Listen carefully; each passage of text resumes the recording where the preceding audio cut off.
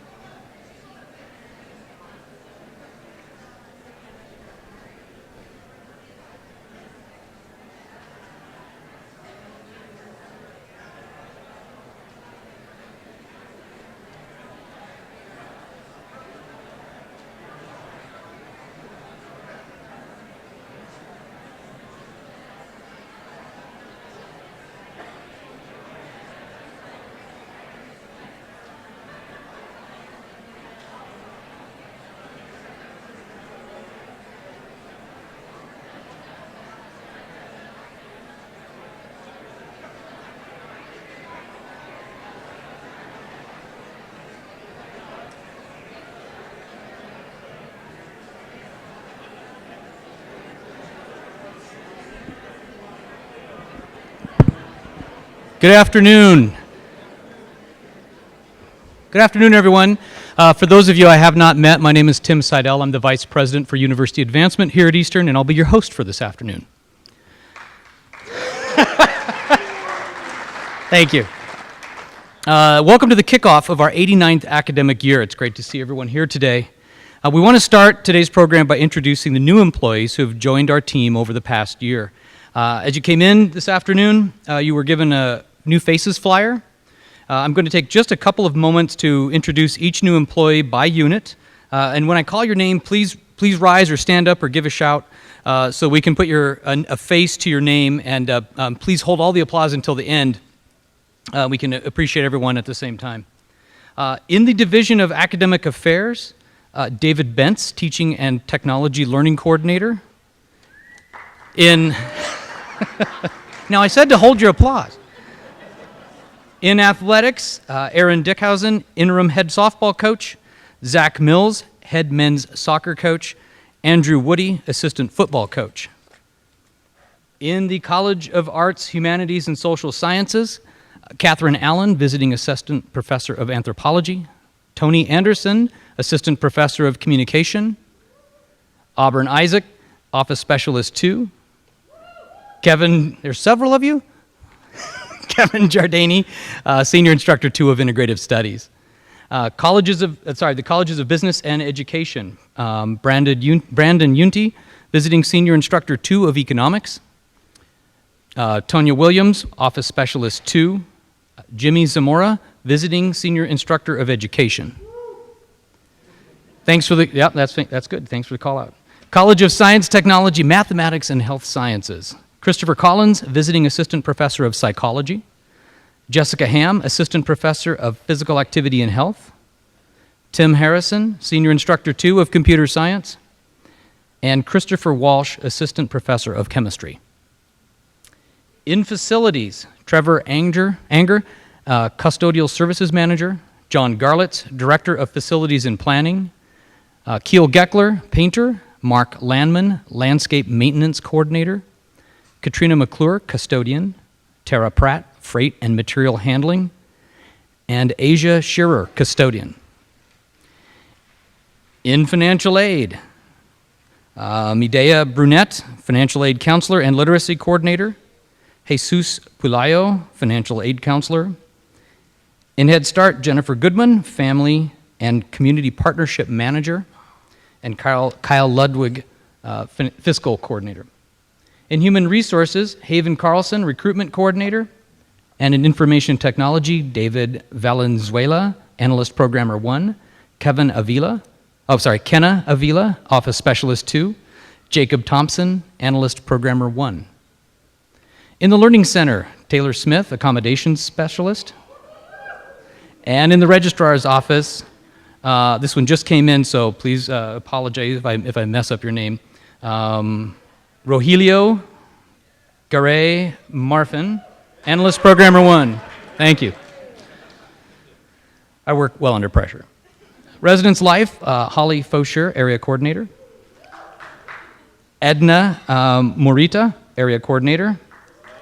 And Philip Rice, Administrative Program Assistant. In Regional Outreach and Innovation, Cody Singer, Online Enrollment Advisor. And in security, Terry Andrews, Campus Security Officer, and Chad McDonald, Campus Security Officer. In the TRIO program, Sarah Fisher, Program Specialist and Advising, and Zachary Flathers, Student Support Services Advising Specialist. And in University Advancement, Samantha Flett, Development Associate, and Patrick Regan, Executive Director of Philanthropy and the EOU Foundation.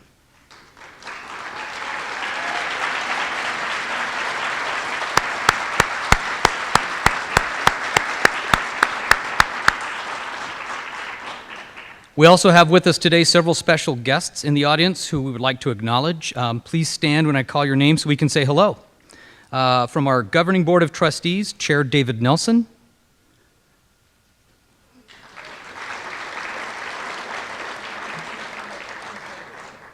Trustee Dixie Lund.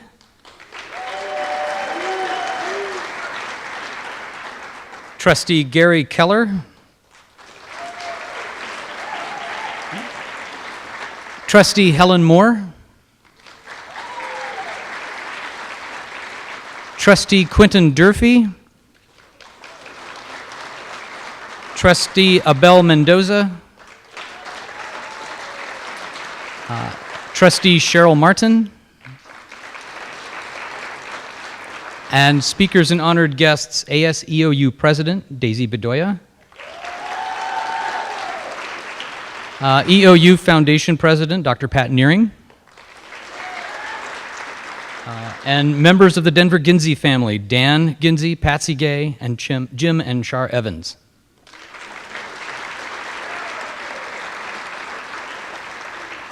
I would now like to invite Chair Nelson to say a few words on behalf of the EOU Board of Trustees.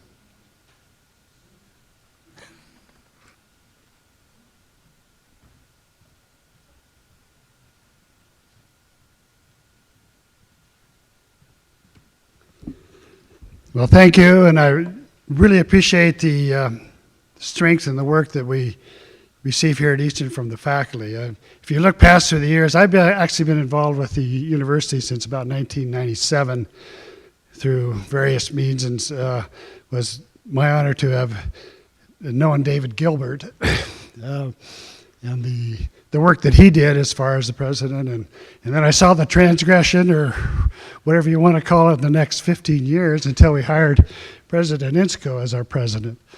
Now we have some direction, now we have some longevity, and we have a future in front of us. And the students, Daisy, as the student body president, the students are the most important thing that we have in this university. And our job, our mission, is to produce, is to enroll and to retain and to graduate critical thinkers. And your job, of course, is to develop those critical thinkers. And we on the board really appreciate the fact that you've done such a great job with that. Later on, you're going to hear from a family that's made a significant donation to Eastern Oregon University, and part of it is the fact there are some great faculty involved in it. So you never know that what you do is going to make a difference in the long run. Our board is, we're a new governing board. I think that's a significant thing. We're a regional board. In the old days, when you had the old university system, it was all about what was happening in the Willamette Valley. But our board, we stretch from Ontario. We have representatives from Baker City, Haines, North Powder. I think there's 5 representatives and there's a representative from Baker City. There's 5 representatives from the LeGrand area, 1 in the Wallowa County area. There's 2 in Umatilla County, and 1, actually 3, because there's one on the, we have a tribal representative, Bobby Connors, and then we have Jared Pratton in Hermiston, who is involved on the board. And just to give you a little comfort, these are very dedicated people. It's a volunteer board. Nobody's paid. We do get mileage and food once in a while, and once in a while some travel expenses. But it's basically a volunteer board. But I want you to have some reassurance in the fact that these people are very dedicated to making Eastern a success. We have, in addition to Professor Keller up here, we have 4 other members of our board who have a doctorate behind their name. 3 in education, including Dr. Keller, 1 in medicine, and 1 in law. And I happen to be the one in law, so if you guys want to holler at me, you can throw things right now. But we have a very diverse board. One of our members, actually from Ontario area, is a graduate of MIT, was the original project manager for the original Excel program for Microsoft. So we have people that are very concerned. Helen Moore is a graduate of Eastern Oregon University. So is Dixie. Dixie was the interim president. Bella is a graduate of Eastern Oregon University. So is Cheryl. So we have the interest of Eastern Oregon University at heart. And we appreciate the work that you do as a faculty. We're looking at it from the board standpoint as this is an educational enterprise. It's not a business enterprise because we know that our job is to graduate these critical thinkers. But I say we're an educational enterprise because mainly of 2 reasons. We're in a highly competitive world. For students, that's one of the big issues we have to address is enrollment. So we have students, we have faculty, administration, and money. When we get our sources of money come from the state of Oregon. We get about half of our money from the state of Oregon legislature, and half of it is from tuition and fees. And we're in constant competition getting our name known out here in Eastern Oregon as the Rural Oregon University, which is a significant thing. People are just saying, wow, why didn't we think of that? Why didn't we think of some sort of designation? So we're looking at the future as being very, very bright. But we're in a business, or an enterprise, I wouldn't say business, we're in an enterprise where, what have you done for me lately? And so that's what we're looking at as the board. What have we done for the university lately? And our basic role is to guarantee and ensure the long-term financial stability of this institution. So that's where we're at. We appreciate the fact and the work that you do as a faculty, and we're open. We're here. You know, in the old days, in the old university system, the board was in the Willamette Valley. This board is regional. It's here. We're willing to listen to any of your issues or any of your concerns. So thank you very much, and I hope you have a great year this year. Thanks.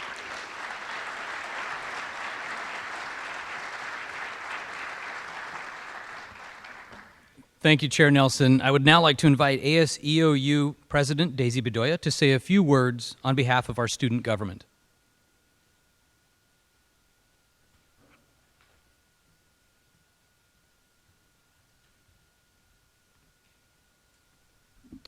Kind of short here, you know. I don't know how to fix this. Can y'all hear me? All right, perfect.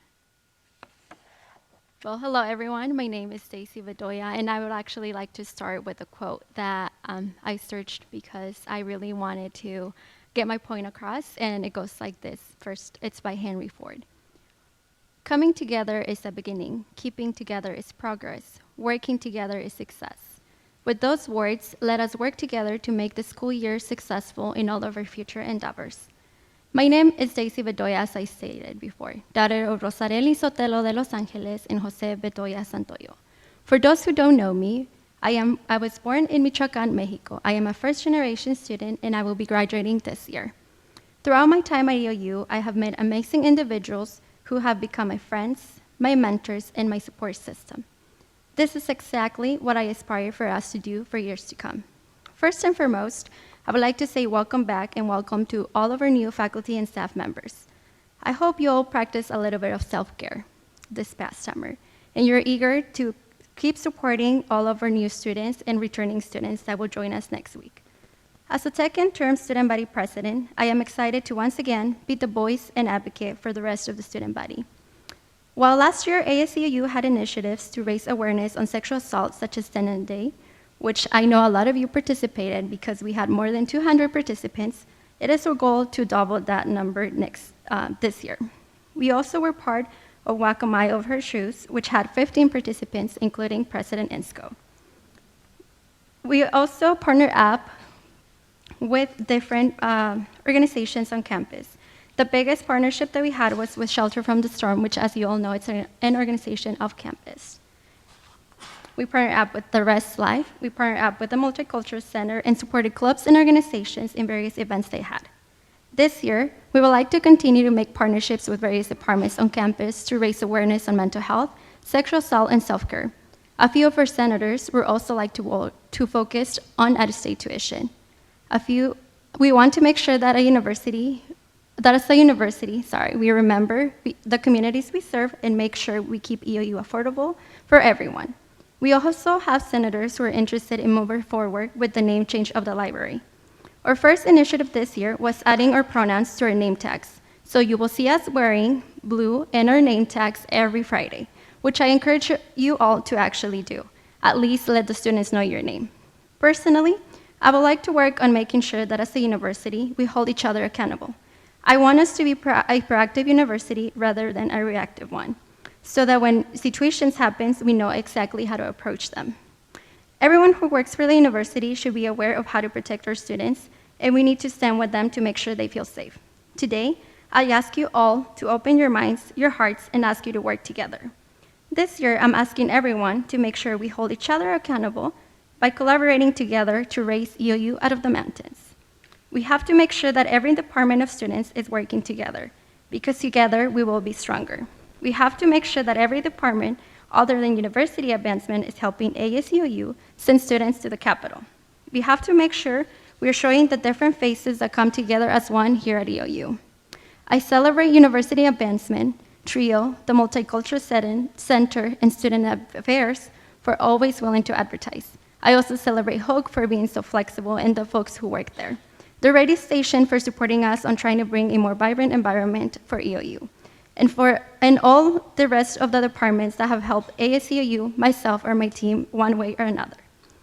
Lastly, we have to make sure we support initiatives, whether they be at the student level or university level, without compromising the communication and transparency of our community. Let's build a strong environment where constructive criticism is welcome, where individuals can express themselves no matter if they're a student, faculty, or staff member. EOU will be successful once everyone is working together. I would like to take this minute and this opportunity to actually send a special thank to our advisors, Lee Bailey and Dr. Lacey Carpillo. I don't know what I would have done this last year without you. Thank you also to Kelly for always helping us check our budgets, which I'm sure I speak for all the organizations on campus. You're a great asset to the university. Thank you everyone for all your support, and I can't wait to see how we can all come together as one.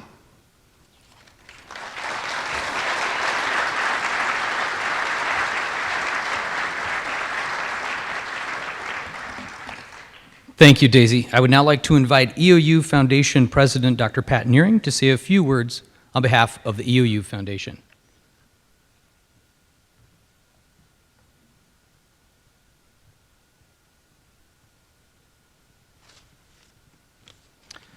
Good afternoon. It's nice to see so many of my friends out there, and it's also nice to know that there's so many new faculty coming on board too. So it's great to see all the new people. It's my pleasure to be here today on behalf of our board of directors and dedicated trustees to offer a brief welcome to the university community and to share with you that while 2017-18 was an outstanding year for the foundation, I truly believe the best is yet to come, starting with a wonderful announcement in just a few minutes. Thanks to the support of hundreds of individual donors, alumni, friends, parents, businesses, and foundations, we successfully exceeded the goal of the Campaign for Eastern, raising more than $12.2 million for student scholarships and necessary program support. I'll also thank you.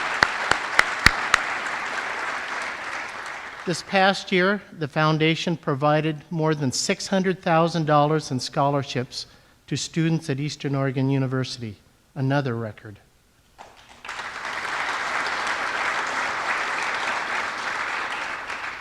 We also took a lead role in jump-starting the Building Champions campaign, which saw the installation of a spectacular new synthetic turf at the community stadium and a new track and field facility.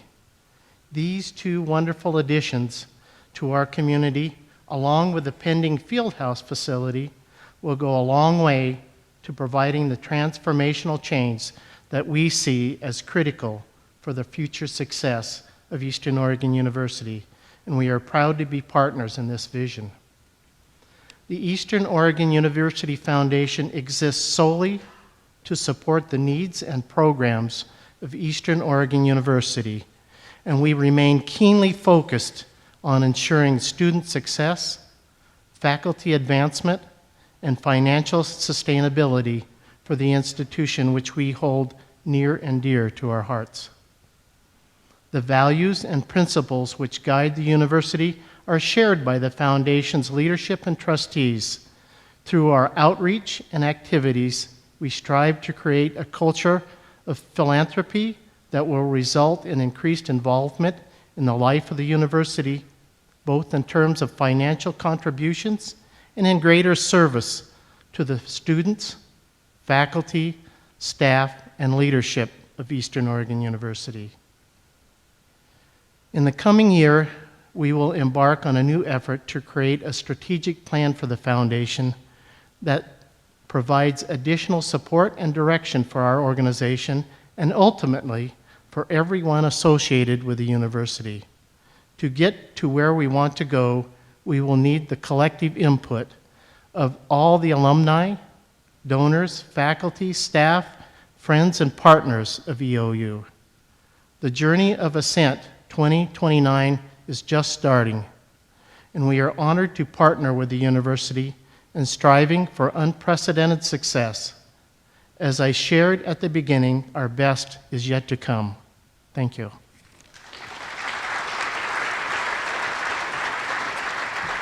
Actually, Pat, could I get you to stay up on stage for this next part? And I'd also like to invite members of the Denver Ginsey family on stage, Chair Nelson and President Insco to join us as well.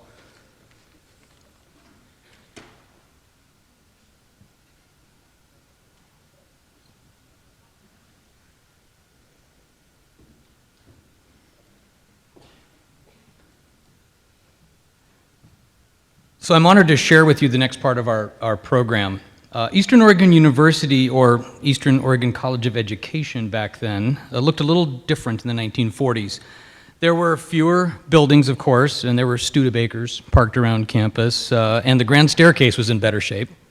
But the Second World War had ended, and an increasing number of students were coming to Eastern for an education and to get a leg up in the world. One of those young men, Denver Ginsey, was a local LeGrand High School graduate who had returned from service in the Navy and was back at Eastern to play baseball and basketball with legendary coach Bob Quinn. He also married Jean, a local girl, and his childhood sweetheart, whose family is also with us here today. But it was a science professor who triggered Denver's passion for learning. Regularly, as Denver walked past Ralph Badgley's house, he would stop and ask follow-up questions from the day's lessons. And Dr. Badgley always had time for him, and Denver never forgot that. After graduating from Eastern, Denver moved on to the University of Washington, and then armed with a degree from UW, he went to work in the insurance industry, and eventually for Johnson & Higgins, the oldest and largest privately owned insurance brokerage firm in the world. Denver became president of the firm's Washington state office and a senior partner of that international business. During his career, Denver managed the insurance accounts for many companies, but notably for a Washington state corporation known as Boeing, the world's largest aerospace company. When Tyler and I met with Denver and his son Dan, Denver told us about how they worked with companies around the world to arrange for the complex and detailed insurance coverage for projects like the development and use of aerospace, of planes, little projects like the Boeing 747, and that was a project that involved literally billions of dollars. Not bad for a local kid from LeGrand. Denver can't be with us here today, but is watching from our live stream. But he is giving back to ensure that other students have the opportunity to access a high-quality education like he did, and to do it affordably. Denver has established a $1 million endowment to provide multiple scholarships up to full tuition for EOU students in business and STEM programs.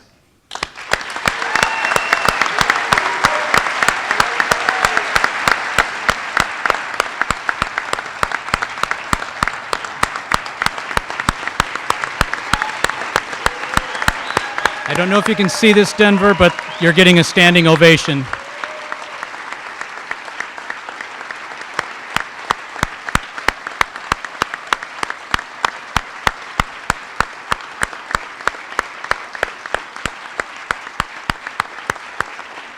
Thank you very much. Their gift is a stunning reminder of the long-term impact that we as educators have on students.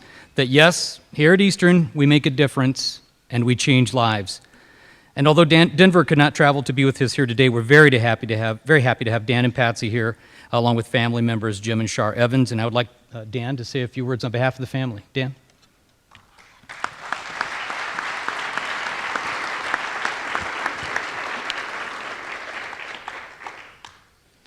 What happens when you're the oldest sibling? You know, Tim stole a lot of my thunder here in some of these comments, so I'm going to summarize some of them and put them together into maybe a little bit different bent. As you know, my name's Dan Ginsey. That's my sister Patsy Gay. That's my aunt and uncle, Shar and Jim Evans. This is my cousin, Jim Jr., down here in the audience. So I'm really excited to have them here with us today. My father's been attached to the Grand since, you know, he was a young boy. Born in Spokane, Washington, moved to La Grande when he was probably 6 or 7 years old, and it's been where he grew up, where his basic foundation was created, his moral compass, everything about him was created here in this community. He's a graduate of the University of Washington, but he spent a lot of time in his formative years here for 2 years. My mother passed away in 2011, but both her and my dad credited the 2 years he spent here with much of his success at the University of Washington and in his career that followed. And as Tim mentioned, Ralph Badgley was a big influence on him. You know, he always had time for him. He was the pushing force behind my father to go and get his mathematics degree at the University of Washington. So I obviously he has been recognized by others as being very formative to a lot of young people here, and he's got a building named after him. So my father wasn't the only one that benefited from Ralph's, you know, tutelage. After my father served in World War II in the Navy, he returned and he spent his first 2 years here at Eastern Oregon.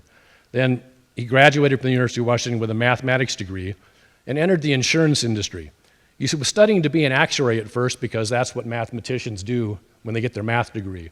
And for those of you that don't know what an actuary is, you probably don't really want to, but it involves a lot of calculations, and when he graduated, there wasn't computers. There was the Frieden calculating machines that go ka-chunk, ka-chunk, ka-chunk, ka-chunk, ka-chunk all the way across that made mathematical calculations, or the good old slide rule. So there were 9 parts to an actuarial exam, and there still are 9 parts. After passing 3 parts, he realized this probably wasn't his best avenue for pursuing his career. So he went to work for an insurance company, a small life insurance company, New York Life Insurance. And then after doing that for a couple of years, he was lured away by an insurance brokerage firm in the San Francisco area, and that was Johnson & Higgins. And at the time, they were the oldest insurance brokerage firm in the world and the second largest, and they were privately held. So he ultimately started out in the employee benefits department, so that's kind of where his giving back to community and to people comes from, is he got to know the needs and requirements of people on an intimate level because he had to figure out a way to insure it. So started out there, eventually moved into mid-level management, and then became the managing partner and the president of the Washington Corporation for Johnson & Higgins. It was during this time, working in the management positions, that he got involved in various community organizations, charities and research efforts, including things like the Boys and Girls Club of Seattle and King County, the Northwest Kidney Center, and the Fred Hutchinson Cancer Research Center.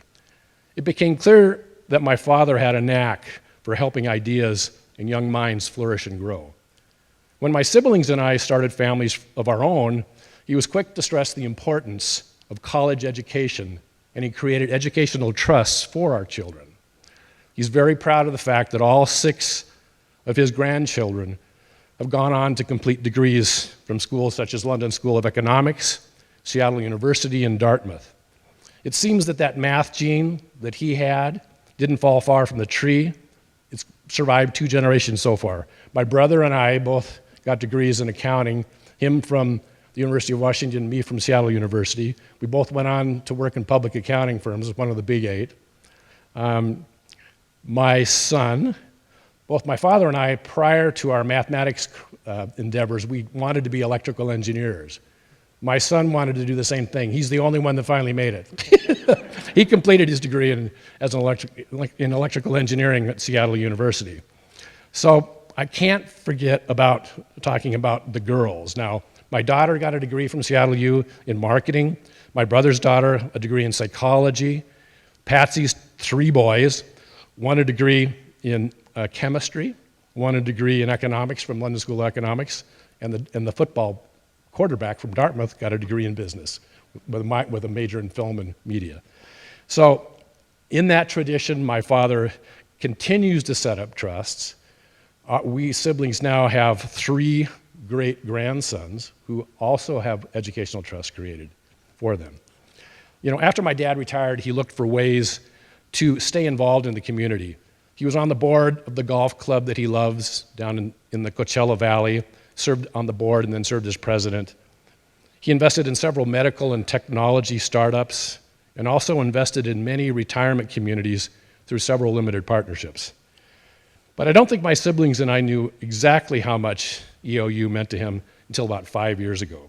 He always had been a supporter of EOU through annual gifts. But he started talking about wanting to do more than just an annual gift, something that could benefit students like himself, a small town boy born in Spokane, Washington, raised in La Grande, that did not have the financial resources to pursue a college education. He saw what the educational trust that he created when his grandchildren were born yielded, thus the creation of this endowed scholarship. He and all of our family are excited to see this affect as many young minds in amazing ways, minds that may not have had the opportunity without this program. Thank you very much.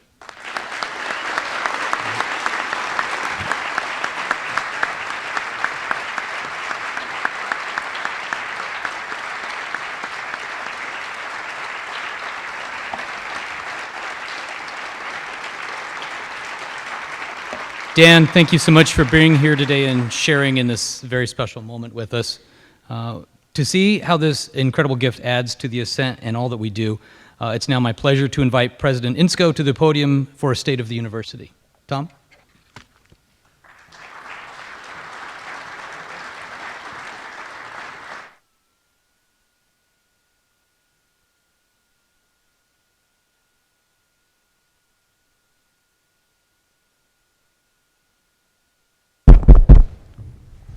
All right. How's everybody doing? Happy New Year.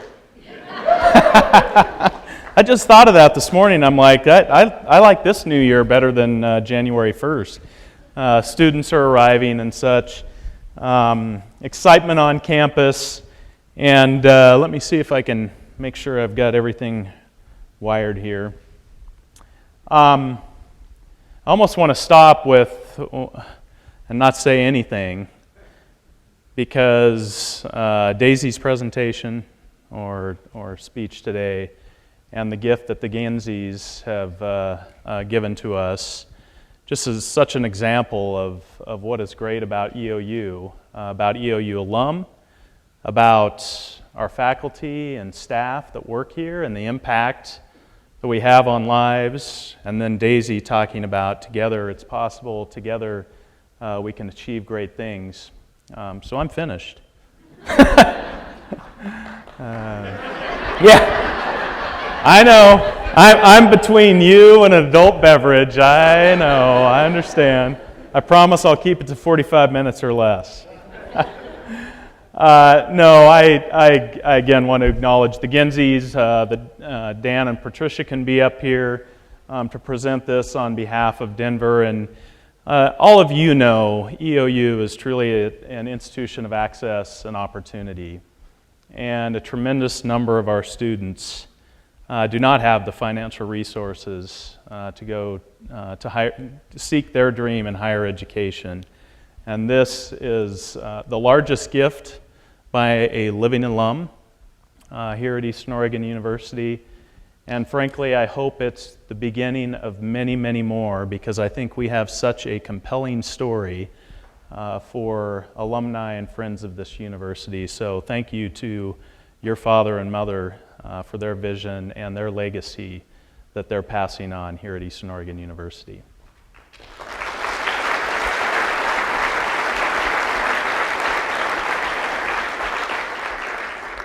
I want to welcome the new employees. Hopefully you've already recognized this, but you're joining a special place. I think it's pretty special. I love coming to work here every day. You're going to get to see a video here in a little bit that highlights some things that we sometimes take for granted here at Eastern. And I'm fortunate enough to be able to be out and about and hear the stories. Faculty, you get to interact with them in the classroom. I actually envy you for that opportunity, but I get to go out and engage with these students. Literally last week ran into a number of students that I heard so many names of our faculty and how they impact their lives. Joe Corsini came up, Anna Cavanato came up, Sherry Carpenter came up, a whole host of faculty, and that's what they always talk about when they talk about their great time at EOU. So all of you new employees, and not just faculty obviously, welcome to a special place. Glad to have you here. I want to thank Chair Nelson and our trustees. Again, where faculty and staff do many things that never get seen, our trustees do that as well, where the employees of EOU don't necessarily see that. And they are making a tremendous difference for this institution statewide. As Chair Nelson mentioned, their advocacy is changing their narrative about EOU across the state. That's imperative that we do that, actually beyond the state, but throughout the region. And they're doing a fantastic job. And Tim can attest to this, how frequently we hear from other universities, large universities, saying, I cannot believe the caliber of trustees you have that come and present either at the Capitol or at different functions, the most recent being when we presented our mission at the HEC in early August. So I appreciate all of your services, trustees. And then I want to acknowledge Daisy. Congratulations on a second year. Some of the most formative time for me at EOU was when I got pushed and stepped out of the box and participated in student government for a number of years. That's another way that Eastern really provides an opportunity, and in my case, something that I looked at as I would never do. And Dean Stenard and Peggy Anderson saying, Tom, you should do this, you're capable of it, and we've got your back. And it had tremendous impact. So thank you for your commitment, Daisy, and willingness to step up your time and commitment for the university and the students that you represent. Dr. Nearing, I want to thank you for your leadership of the foundation. The foundation, as he said, is so critical relative to the scholarships that are provided for our students. And again, it goes to our mission of access as a university, and talk about phenomenal supporters of Eastern Oregon University. And before I move on, I want to highlight a couple of other individuals. I think I saw Nancy Knowles and Jeff Carmen. Thank you so much for your leadership last year as Faculty Senate President and University Council Chair, respectively. The amount of time and effort, collaboration you put in. We got a lot accomplished. We have a lot more to do, so I appreciate your leadership and commitment to shared governance and working for the institution. And I want to acknowledge Doug Briney and Lori Baird, who are stepping into those roles this year. Critically important as we really begin to meaningfully embark on the ascent 2029. We're going to have many challenges in front of us, but I don't say it lightly when I say together it's possible. I truly believe that's how we're going to accomplish the outrageous goals that we have in the ascent. Before I turn you over to the video, two other things. I would be remiss not to highlight an accomplishment we achieved in April of this year. Anybody have any idea what that was?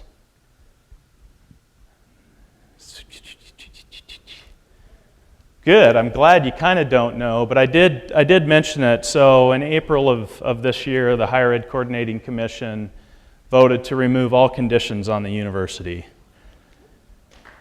Okay. Exactly.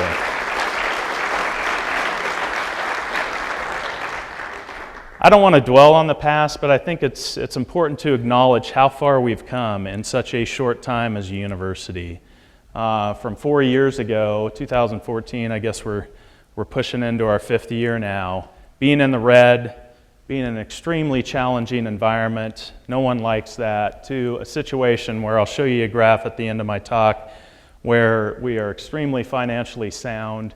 We're focusing on our future and what we're going to be in 2029. So I'm just really pleased that we accomplished that, and it was through a lot of hard work, pain and agony of all of you as we transform this institution into what it is today.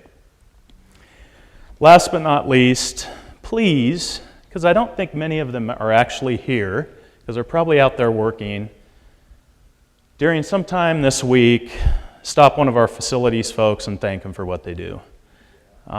It is amazing the amount of projects that are going on this campus, and it's exciting. Our Northeast Campus restoration work is almost coming to completion. If you come to campus from a different side, just take the opportunity to come up I and see how the campus opens up to you.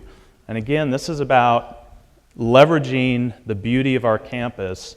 And in every moment someone experiences our campus, it's truly exceptional, because we want to attract students, obviously, to our campus, because we want to grow the number of lives that we impact because we have something special here. So take a look at that. We have our track and turf project that is gaining tremendous response from our local communities. We're getting a lot of people coming up and using those resources. It's the beginning of the transformation of that portion of campus.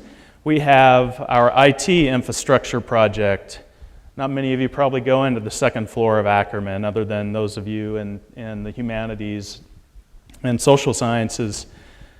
I challenged the team to do a project there, to not reduce any classroom space, and to come in substantially lower than the original scope cost of that project. That team saved $1.5 million. If you pay taxes, thank the facilities team.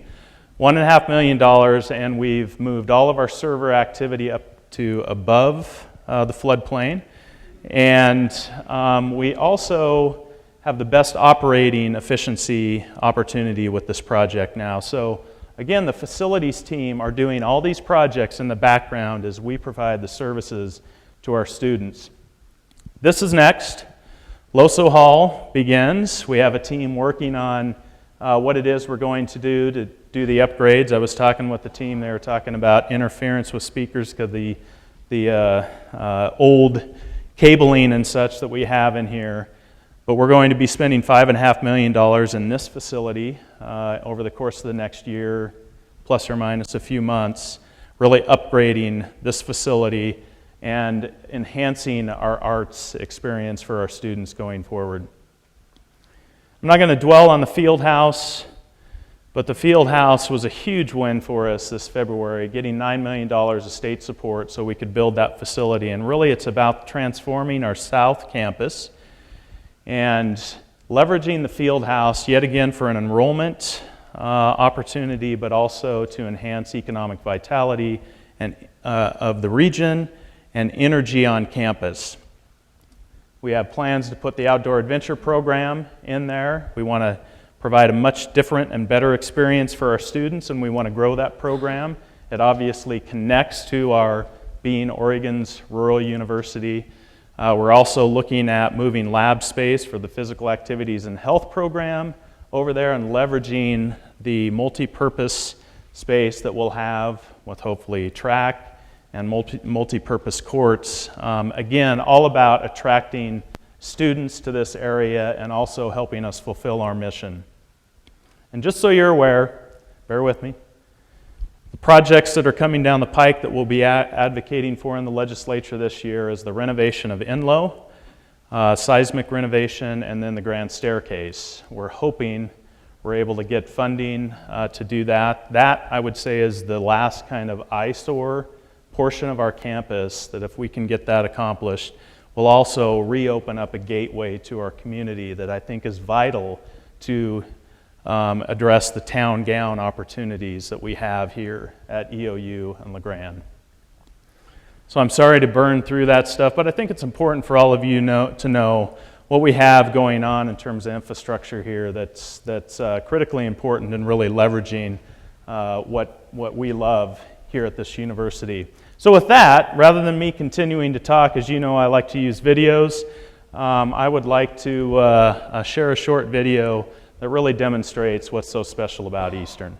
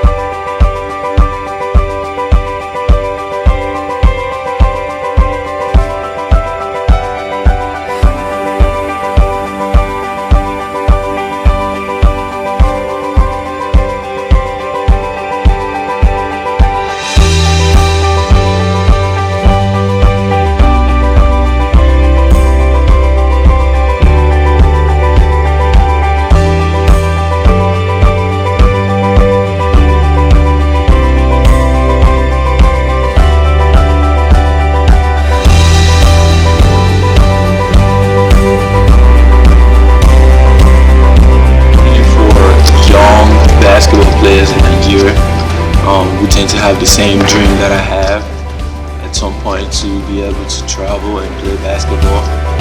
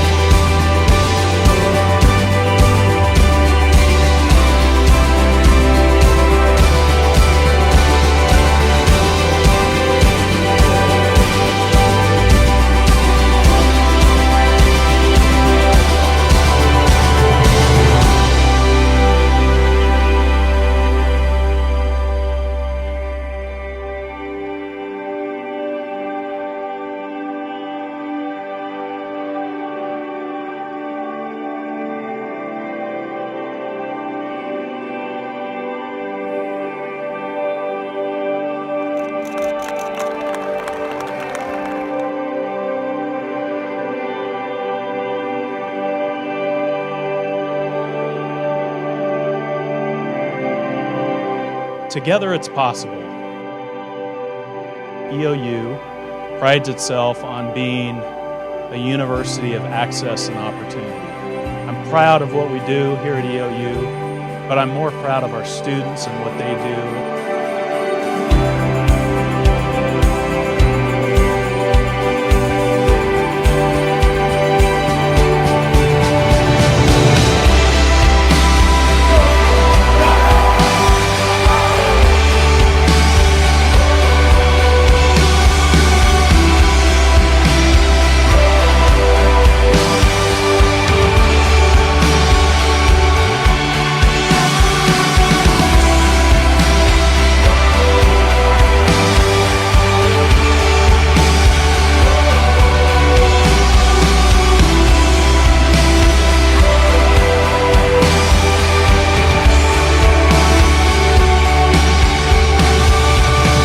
I love being a mountaineer. I love being a mountaineer.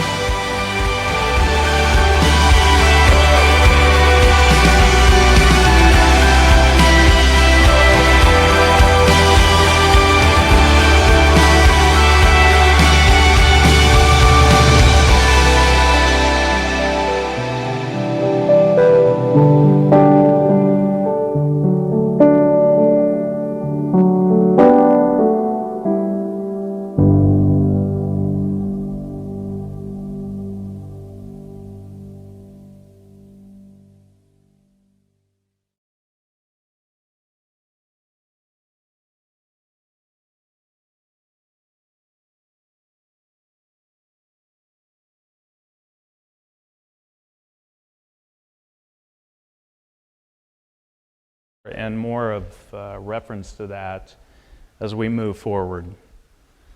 And when Tim and his team presented that to the cabinet and also to the board, I was extremely excited about this because what I love about the Eastern Edge is, for me, I can talk about it at a very high level for this university. But what we can also do is for every program we have, whether it's an academic program or a student services program, we can speak to what's unique and special about that program at EOU versus any other institution. And for me, the Eastern Edge is the fact that I see our mission actually coming to life at this university. It's one thing to have a mission written in a document or on the shelf. It's a whole lot harder to actually live that mission. And we're beginning to do that. Not that we didn't in the past, but we're doing it with much more intention. And it leads to what we're doing with our strategic plan as well. So when I think about our strategic plan, our mission, and what is the Eastern Edge, it is the fact that we provide access to excellence, not for the elite student. We'll include the elite student, but access for all. We're looking for how do we have that mission come true for every student that we can possibly serve. Because what gives us the right to not provide that for every individual? At least that's what I'm committed to. So we're not a university of access to average. Every day I see just phenomenal things happening in our classroom. So it truly is excellence that we're providing. And the reason we're able to do that is because we're partners in discovery. I've said this many times. The reason I'm so passionate about it is because I experienced that at EOU, and I talk to students all the time who experience it when they're here at Eastern Oregon University. And finally, we have our focus and eye on graduating students, cultivating success for our students, allowing them to ultimately have a fulfilling career and a great life. Now, we have a lot of work to do still to do that with every student that comes to EOU, but I believe we're making great strides, and I think our strategic plan, the goals and objectives within that, are helping us move forward and climb that mountain.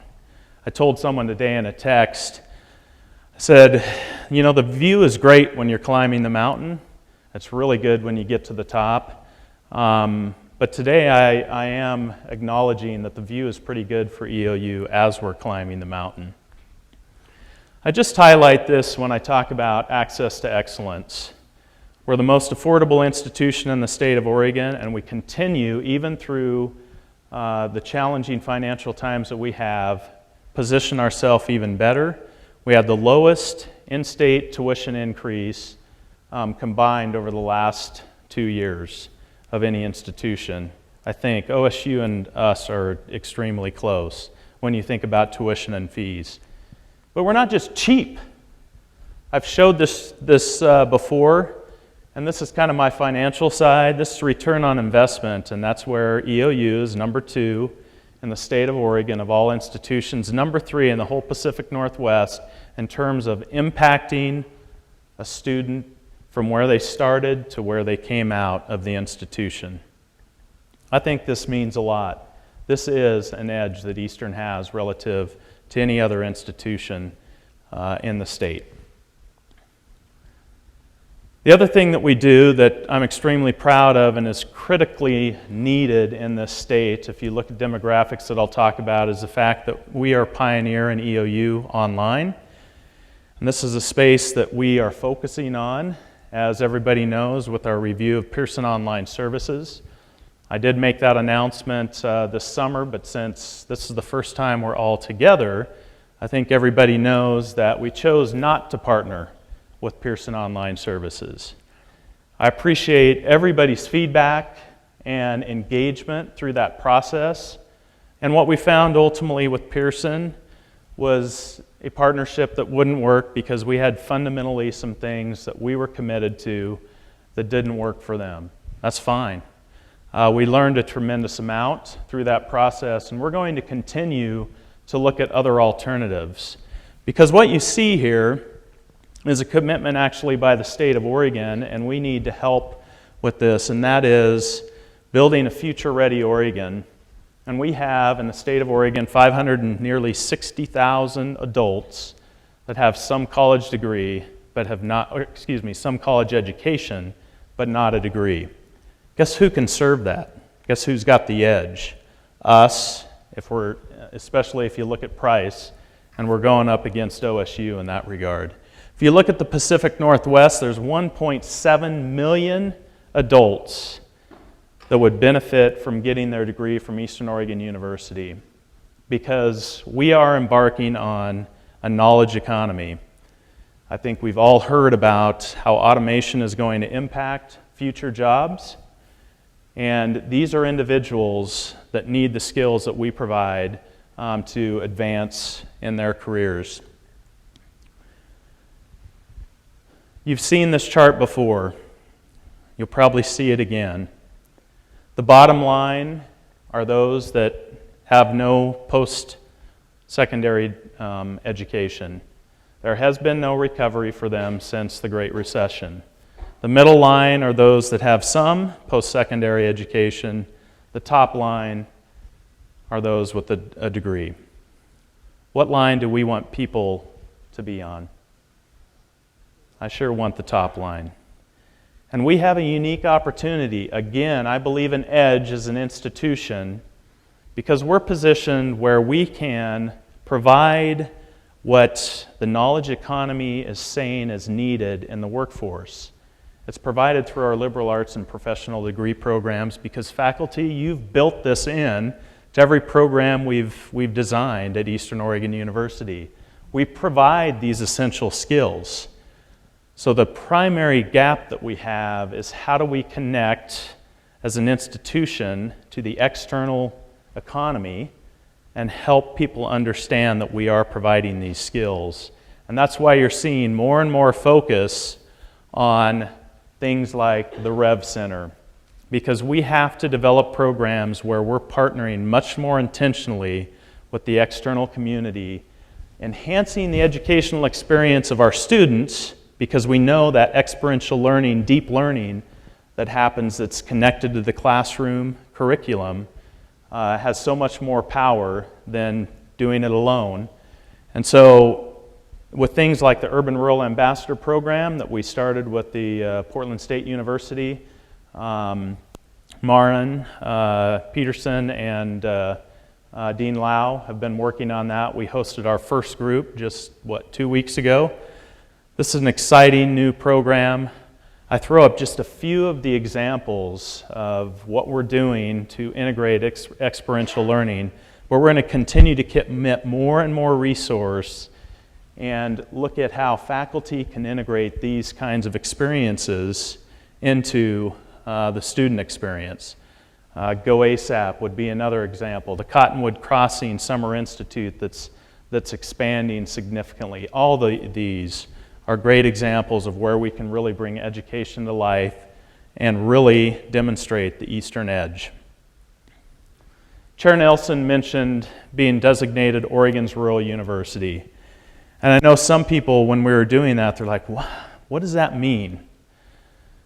This means a lot to me, and it's because of my upbringing, obviously, but more importantly, it's about us as a university embracing our rural roots and leveraging that to our advantage, because I truly believe that we have things that others don't, if we go about it intentionally. I can tell you from a state level, Chair Nelson talked about this, we garnered so much attention by telling our story and why we are Oregon's Rural University, and why we're not ashamed of being a rural university, why we're actually going to embrace that. There are other institutions literally that are saying, wow, you've created a distinguishing characteristic that we wish we could figure out how to do that. And the reason I love it, and Dan mentioned it in terms of Denver's upbringing, This is really, in almost every case for us, part of our DNA, being rural. And so how do we leverage that to create an edge for students that they're interested in coming to Eastern Oregon University? I wouldn't suggest I know all the answers, but I know there are a lot out there. But one thing that we are doing, hopefully you've seen it in North Powder and in Caldwell, right at the exit where you go to C of I. We are advertising ourselves, or advertising the university and the Eastern Edge. And the whole push is to get them to our website, to get them to take the look, because we know when they start looking, they see something special at this university. And thank you for making that happen. So a lot of great things going on at the university. So here's a challenge, and why I am so focused on how do we grow and how do we create a distinctive set of characteristics that attracts students to EOU. So to describe these a little bit, these two maps, where I received these are from the book by Nathan D. Grau. I think it's Grau. I'm not sure how to pronounce his last name. Just came out. Anybody read it? No? I suggest you do. A very comprehensive, maybe it's the math side of me, but a very comprehensive look at demographics. And it's driving many of the headlines that you see on the side there. If you look at the map, the red box says that college-going student growth between 2012 and 2029 is going to drop by more than 15%. This is traditional students. So, meanwhile, we're building another institution in Bend. So the competition's increasing while the student population of college-going students is going down in the state of Oregon. Only Portland is seeing growth. If you look at the regional 4-year growth, hopefully people can see that, but that says that we'd be down between 2.5% and 7.5% between now and 2029. So we have a goal. 2,500 students on our campus. We have about 1,400 today. We have a goal of 5,000 students online. We have about 900. We're going to have to do things differently. But the reason I love our bold goals for enrollment growth is there are going to be winners and losers, just as that title says. We are going to be a winner. It's going to take doing things differently. It's why we have teams coming together to look at other alternatives for our online program management and how we can grow that side of our institution, because it's so critically important to our future. Because there is no status quo in higher education.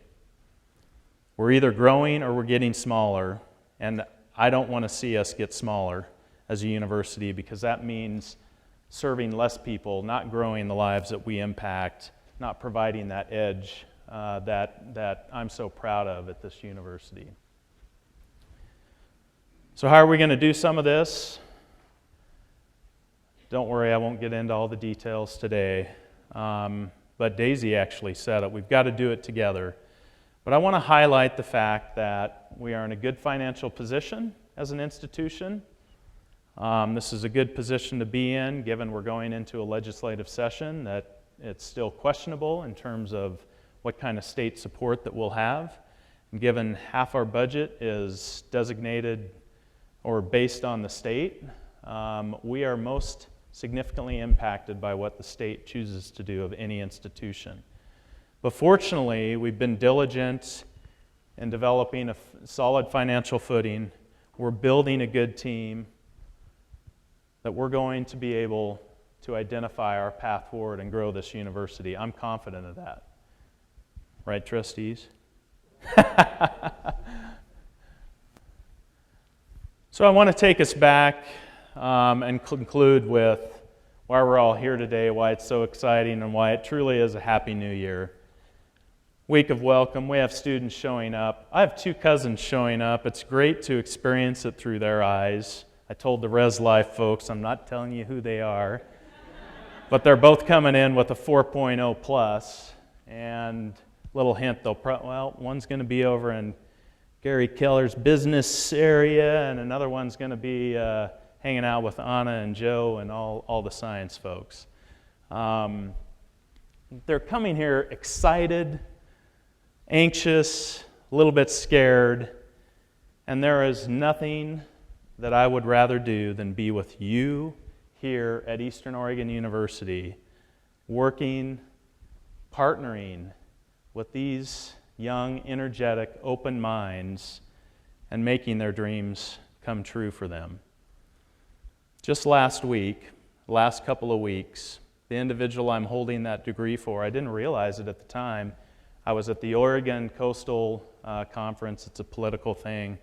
I was presenting on what great things EOU is doing, and a woman in the crowd said, I've got a story. I love what you do at EOU better than any university in this state.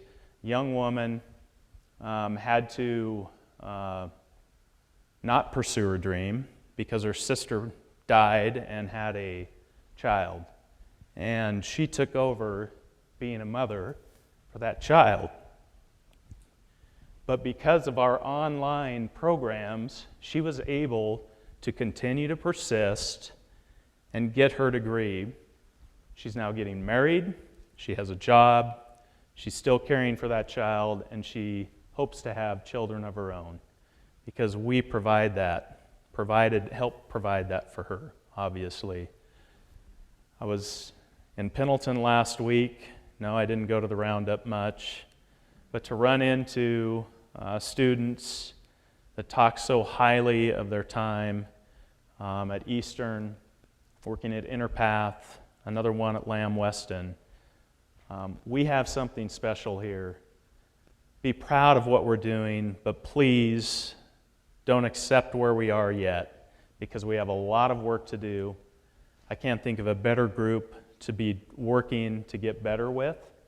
And I look forward to a great year, and I look forward to a continued commitment to our ascent, growing the number of lives impacted, but ultimately focusing wholly on student success, graduating students that have a fulfilling career and a great life. And I believe Eastern has that edge, and we have the opportunity to leverage it going forward. So thanks for all you do. Here's to a great start of the year. I look forward to the work in front of us.